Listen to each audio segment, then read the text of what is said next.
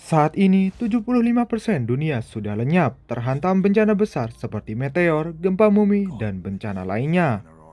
Kejadian itu 5 tahun sudah berlalu, namun manusia masih terus mencari kehidupan baru. Terlebih lagi, radiasi akibat bencana tersebut membuat manusia tidak bisa bernapas dengan bebas. Di daratan Greenland, Norwegia, seorang pria bernama John keluar dari bunker untuk menjelajah di sekitar. John memberitahu tim markas ada sebuah lava yang ukurannya lebih besar dari biasanya. Dia terus berjalan ke depan yang akhirnya terlihat sebuah kapal di tepi pantai. Yang pertama ia memasuki kapal sekoci yang tak ada isinya. Kemudian ia berjalan ke kapal yang lebih besar dan terlihat lama bersengkerak. Tim markas memberitahu jika waktu John tak lama lagi karena ada sebuah badai yang terlihat di pantai lepas. John menelusuri tempat itu, menemukan peralatan perbaikan. Dirinya menganggap ini sebuah hadiah yang jackpot. Dirinya terus bergerak lebih lama dalam, namun yang terlihat di sana adalah sebuah mayat para kru yang warnanya sudah melepuh. Dan melihat sebuah laci, ia pun membukanya. Terlihat sebuah buku yang kemudian ia buka, terdapat kerajinan bunga. Tiba-tiba tim markas terus memanggil nama John yang sedang terbengong, menginfokan bahwa badai mengarah ke kapal itu. John menanyakan waktunya berapa lama lagi dan pihak markas memberitahu tak ada waktu yang tersisa. John langsung cepat-cepat meninggalkan kapal itu dengan posisi badai petir yang ada di tepat di belakangnya. Dengan batuk dan nafas yang tersendat-sendat, John berlari dengan sekuat tenaga. Badai tersebut melaju lebih cepat dari sebelumnya. John pun memaksakan dirinya lebih dan memaksa tim markas untuk membuka pintu lowongan timur. Timnya terlihat panik. Di saat genting, akhirnya John tepat waktu masuk sebelum badai tersebut.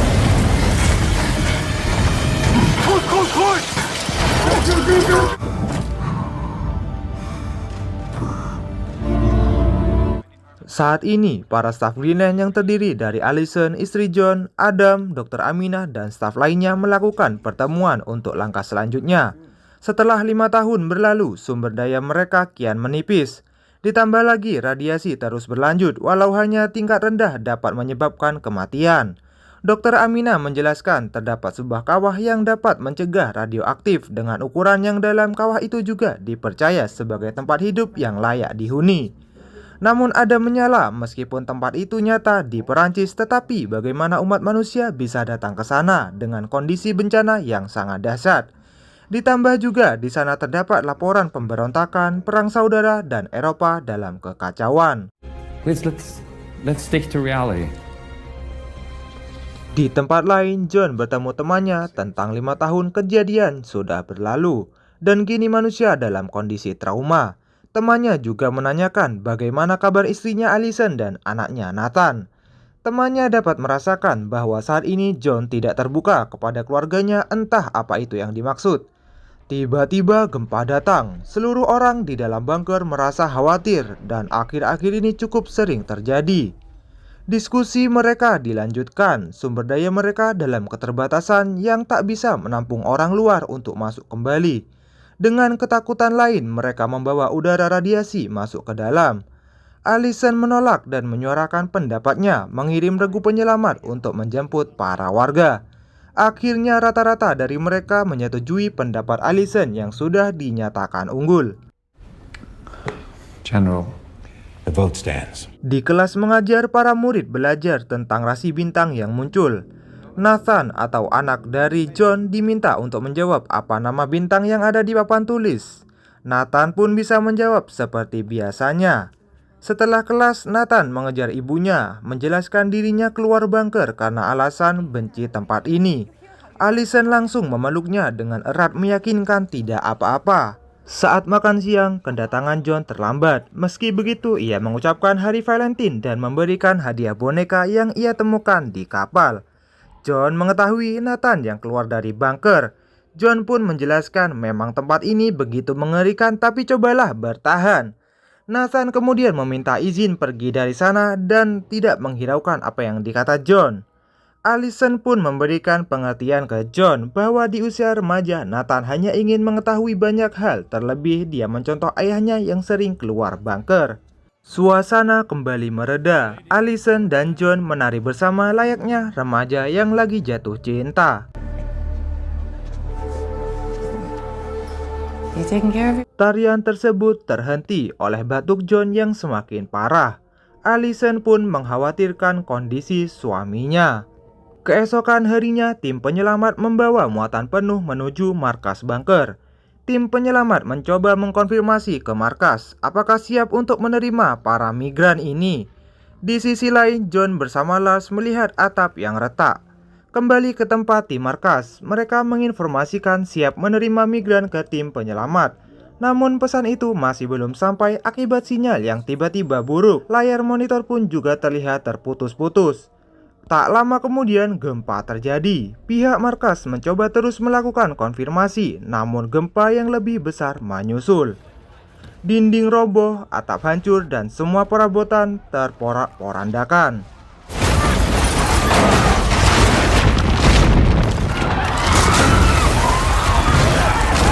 John yang sudah tertindih oleh kepingan tembok terkena serpihan tembok yang jatuh di kepalanya. Alarm merah berbunyi menginformasikan agar semua orang untuk keluar dari bunker. John meminta pertolongan kepada Lars. Dalam kondisinya yang tidak baik-baik saja, ia bergegas mencari keadaan Allison di ruang meeting. Allison terlihat tergeletak, namun kondisinya juga terlihat cukup tak baik. Kini mereka panik mencari keberadaan Nathan. Di tengah kerumunan orang yang berdesakan, mereka terus mencari. Nathan akhirnya ketemu, tetapi dengan kondisi yang sudah sesak napas. John meminta tolong Allison dan Nathan untuk membawa makanan, pakaian, dan lainnya. Sedangkan John mencari masker khusus. Setelah masker itu terpakai, dipimpinnya John, mereka mencoba mencari tempat keluar. Namun dengan kondisi massa yang serentak ingin keluar secara bersamaan membuat tak mungkin mereka keluar dari pintu pertama. Mereka memutuskan untuk bergerak ke terowongan timur dengan bergegas. Gempa susulan terjadi kembali. John yang pertama melewati tempat sempit, kemudian disusul Nathan, dan terakhir Allison. Semuanya berhasil melewati. Tiba-tiba bangunan bunker di belakang mereka runtuh. Mereka semuanya panik, bergegas keluar.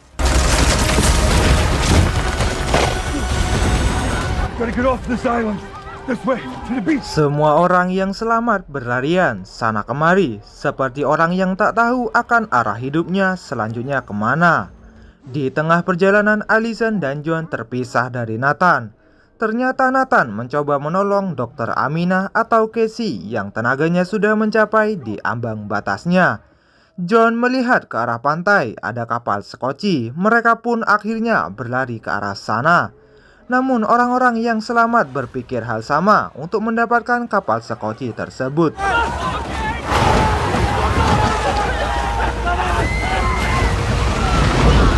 John menyuruh istri dan anaknya serta Dr. Aminah untuk mengikutinya terus dari belakang. Dari kejauhan, Adam dikeroyok oleh beberapa orang yang kemudian maskernya diambil. Masker John juga terkena ambil. Prioritas pertama mereka untuk mendapatkan kapal yang sedikit penumpang. Akhirnya mereka menemukan semua berhasil masuk ke dalam Skoci. Orang-orang yang ada di dalam menyuruh John untuk menutup pintunya karena tidak ingin terbalik seperti kapal sebelumnya. Dengan terpaksa pintu ditutup dan orang yang ada di luar berusaha untuk menumpang namun tak berhasil. Kapal sudah berjalan. Di tengah laut terlihat tsunami yang besar menghantam ke arah kapal dan pinggir pantai. Semua orang di pinggir pantai dan mencoba berlari untuk menyelamatkan diri. Namun waktu tak cukup yang akhirnya semua tewas dalam genggaman ombak.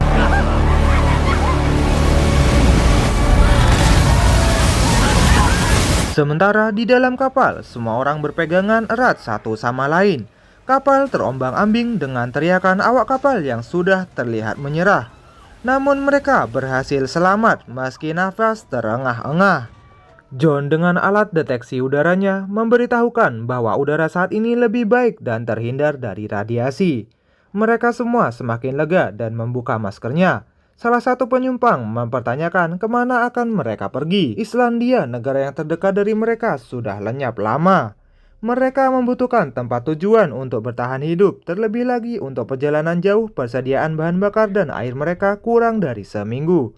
John pun memberikan saran terbaiknya, yaitu menuju ke Tenggara, ke tempat Eropa. Yang akhirnya mereka semua menyetujuinya dan bergerak ke arah sana.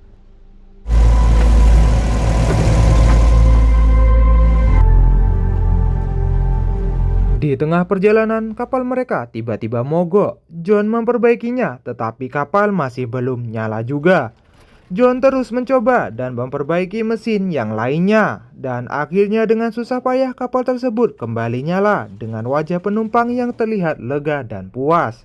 Di tengah malam hari, Nathan dengan bahagia memandangi langit bersama ayahnya. John terlihat bahagia juga sembari berkata, "Kuharap kau tak kehilangan rasa kekagumanmu terhadap bintang-bintang." I can't believe I'm seeing this. I hope you never lose that. Pada saat semua orang tertidur dengan nyenyak, mereka dikagetkan dengan hentakan suara kapal yang menabrak sesuatu. John melihat area sekitar yang ternyata mereka sudah sampai di Liverpool. Akhirnya mereka mencapai daratan yang selama ini jadi tujuan mereka. Dr. Amina merasa kota ini sudah ditinggalkan. Allison juga memberitahu jika di tempat ini ada tempat bunker berlindung. Namun masalahnya bunker mereka tidak pernah berkomunikasi dengan bunker di daerah ini. Mereka tetap akan mencarinya dan mencoba masuk.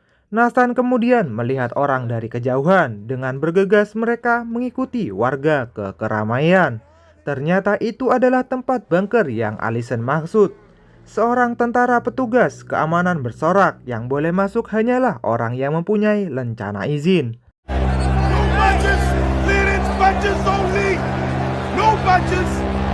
Dari kejauhan, Allison berteriak dia mempunyai surat izin lencana yang ia tunjukkan kepada petugas. Petugas mempersilahkan Allison masuk, namun yang lainnya rencananya telah hilang. Dengan begitu hanyalah Allison yang boleh masuk. Meski Allison menjelaskan ke petugas, percuma ditolak begitu saja. Adam dengan ngotot memberitahukan jika dirinya dan rombongannya berasal dari bunker Greenland dengan memaksa petugas untuk memasukkannya ke dalam sistem bunker milik mereka. Alih-alih mendengarkan, salah satu petugas mendaratkan peluru ke Adam.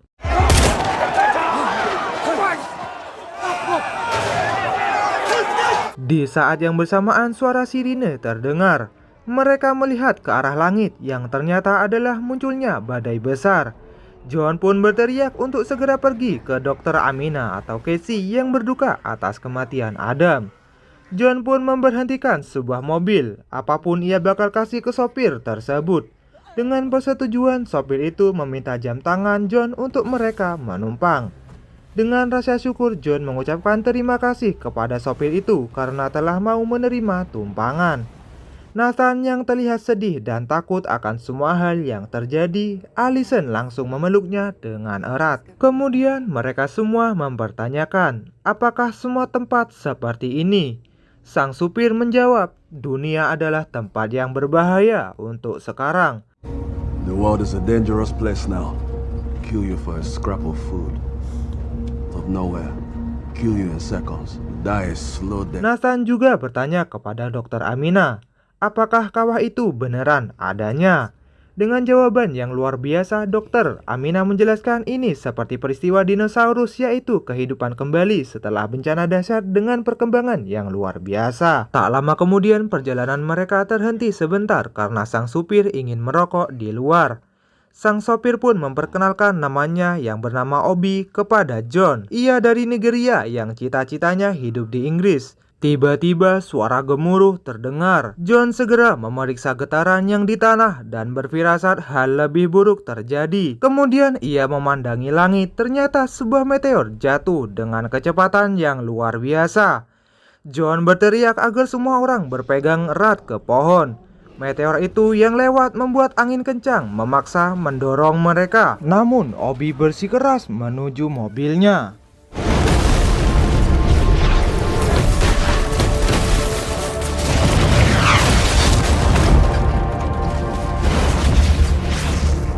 Saat kondisi membaik, mereka menuju mobil Obi yang mengambil barang-barang mereka yang masih tersisa. Singkat cerita, mereka sudah sampai di kediaman ibu dari Allison yang bernama Meg. Mereka disambut dengan baik, bahkan melakukan pesta. Mereka memparodikan Meg yang terlihat bahagia.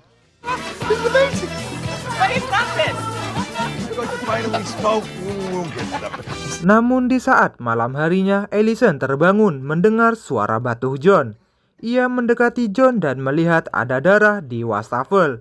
Ellison sangat mengkhawatirkan kondisi John dan menyuruh John untuk jujur apa yang ia lakukan. John dengan terpaksa memberitahu bahwa dokter bilang saat gejala mulai berdarah di waktu 6-8 minggu kemudian ia akan meninggal. Ellison akan memberikan obat yang pas untuknya, kemudian sembuh dan melakukan semua ini bersama-sama. Tetapi John mengatakan ini tak bisa diperbaiki kembali. Ia bertekad bulat sebelum dirinya meninggal ia akan membawa mereka ke tempat kawah itu berada. Keesokan harinya, John dan Ellison berpamitan kepada Meg. Meg mengucapkan hati-hati dan memberikan bahan bakar yang pas untuk mencapai selat serta pistol untuk berjaga diri. Perjalanan itu dimulai. Menurut peta yang mereka lihat diperkirakan akan sampai pada jam 2 pagi. Tiba-tiba dari arah luar terdapat tembakan yang mengenai kepala Dr. Amina. Mereka langsung berhenti sejenak dan melihat ke arah Casey atau Dr. Amina. Disusul tembakan selanjutnya dari arah luar, saling tembak diluncurkan yang akhirnya para pemberontak itu tewas kalah.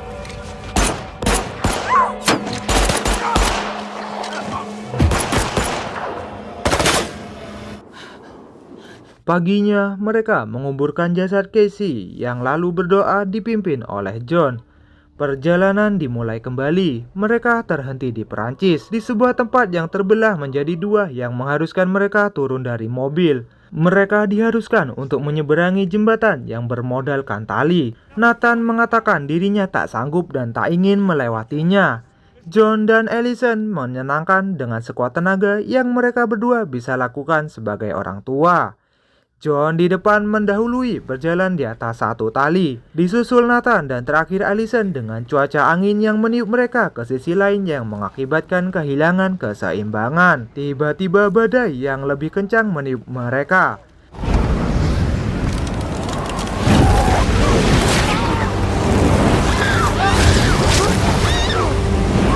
John mengingatkan berpegang erat talinya. Akhirnya mereka sudah sampai di ujung.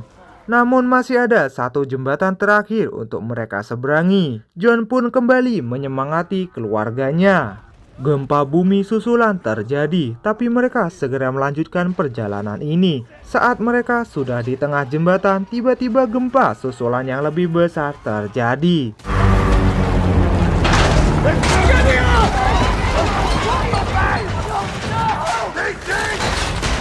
Badan Nathan tergantung, sedangkan di arah belakang mereka tebing perlahan longsor. Dan akhirnya dengan sekuat tenaga Nathan berhasil naik kembali dan semuanya selamat.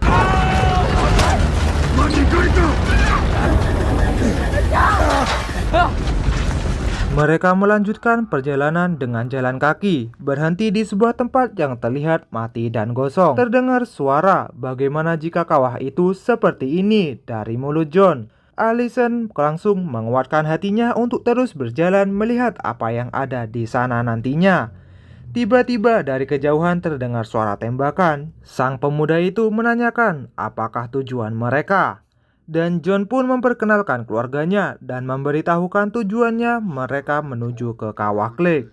Orang itu bergerak maju ke arah mereka sembari memperkenalkan namanya yang bernama Dennis. Anehnya, seketika Dennis memperlakukan mereka baik dengan membawa mereka ke rumahnya serta memperkenalkan keluarganya. Tampaknya istri Dennis tidak bisa berbicara akibat radiasi yang memicunya. Dennis mempertanyakan niatan mereka untuk ke kawah. John dan Alice menjawab, "Iya, kita akan ke sana." Tanah yang diharapkan manusia benar adanya, namun Dennis memperingatkan jika daerah itu sangat berbahaya karena pihak Perancis memperebutkan wilayah itu dengan para pemberontak. Di sisi lain, Nathan dan Camille terlihat dekat walau pertemuan pertama mereka. We could have seen. You hope. Okay. So these are the star signs. Di malam harinya, Ellison menjaga John yang batuknya akhir-akhir ini semakin parah. Keesokan harinya, Dennis memperlihatkan peta yang sama milik John tetapi dengan versi yang lebih lengkap dan terbaru. Dia merekomendasikan jalur yang aman tetapi memutar atau jalur lurus tetapi banyak pertempuran yang dilakukan oleh temannya. Dennis pun memberitahukan nama dan foto komandan tersebut yang bernama Junet untuk memberitahu jika John adalah temannya maka John pasti akan dibantu. Get you through. There's a One more thing. Dan ada satu hal lagi yang diminta Dennis. Ia tidak tahu apa yang dinanti John di kawah itu, tetapi ia yakin disitulah dunia akan terlahir kembali. Dengan berat hati, Dennis sangat-sangat memohon kepada John sekeluarga membawa Camille untuk ikut berpetualang dengan mereka, karena ia sendiri tidak bisa melakukannya dengan kondisi istrinya yang duduk di sepeda roda. Dari kejauhan, Allison menjawab akan membawanya bersama mereka.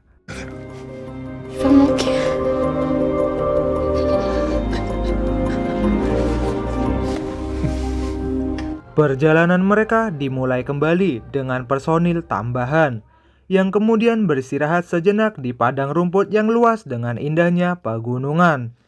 Namun dari kejauhan terlihat sekelompok tentara yang menghampiri mereka. Camille pun maju menjelaskan jika mereka ingin bertemu dengan Komandan Junet untuk menghantarkan mereka ke kawah. Salah satu tentara menjelaskan mereka tak akan berhasil, dan John pun bilang akan berhasil dengan bantuan kalian. Malam harinya mereka sudah sampai di tempat pertama. Jalur ini hanya satu arah dan posisi Komandan Junet ada di paling depan. Dikit demi sedikit mereka berjalan melewati peperangan yang terjadi. Ledakan bom, gugurnya prajurit, peluru berterbangan di hadapan mereka.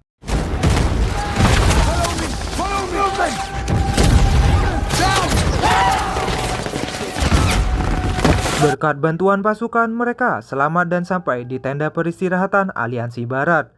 Dengan rasa bangga dan terharu mereka melihat pegunungan seraya berkata bahwa kawah itu semakin dekat. Mereka pergi ke salah satu tenda dengan bertanya di mana lokasi Komandan Junet berada. Kemudian tentara itu menunjukkan lokasi Komandan Junet yang sudah dalam keadaan tak bernyawa. Para tentara itu akan mengusir mereka secara paksa.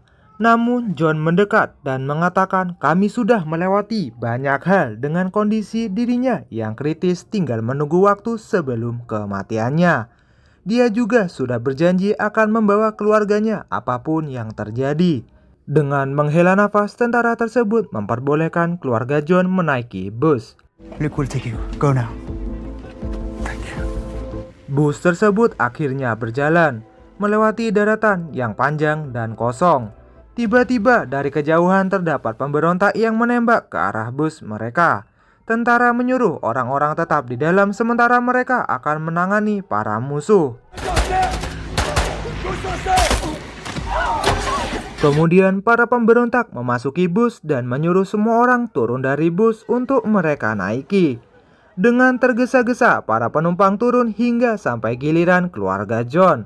Allison dan Nathan keluar terlebih dahulu. Dan saat John di dekat pintu melawan para pemberontak,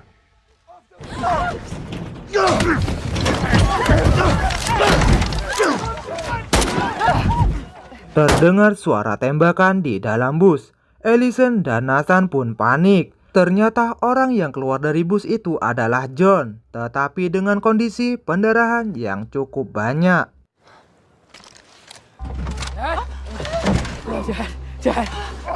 Allison mengambil alih kemudi mobil, sementara Nathan menahan aliran darah John. Setelah berbagai medan perjalanan, akhirnya mereka sampai dan berjalan sedikit saja. Mereka sudah berada di hadapan kawah. Ternyata yang selama ini mereka cari adalah nyata dengan keindahan serta tumbuhan, air, dan berbagai macam lainnya ada. Namun di tengah kebahagiaan itu, tiba-tiba kesadaran John mulai menghilang.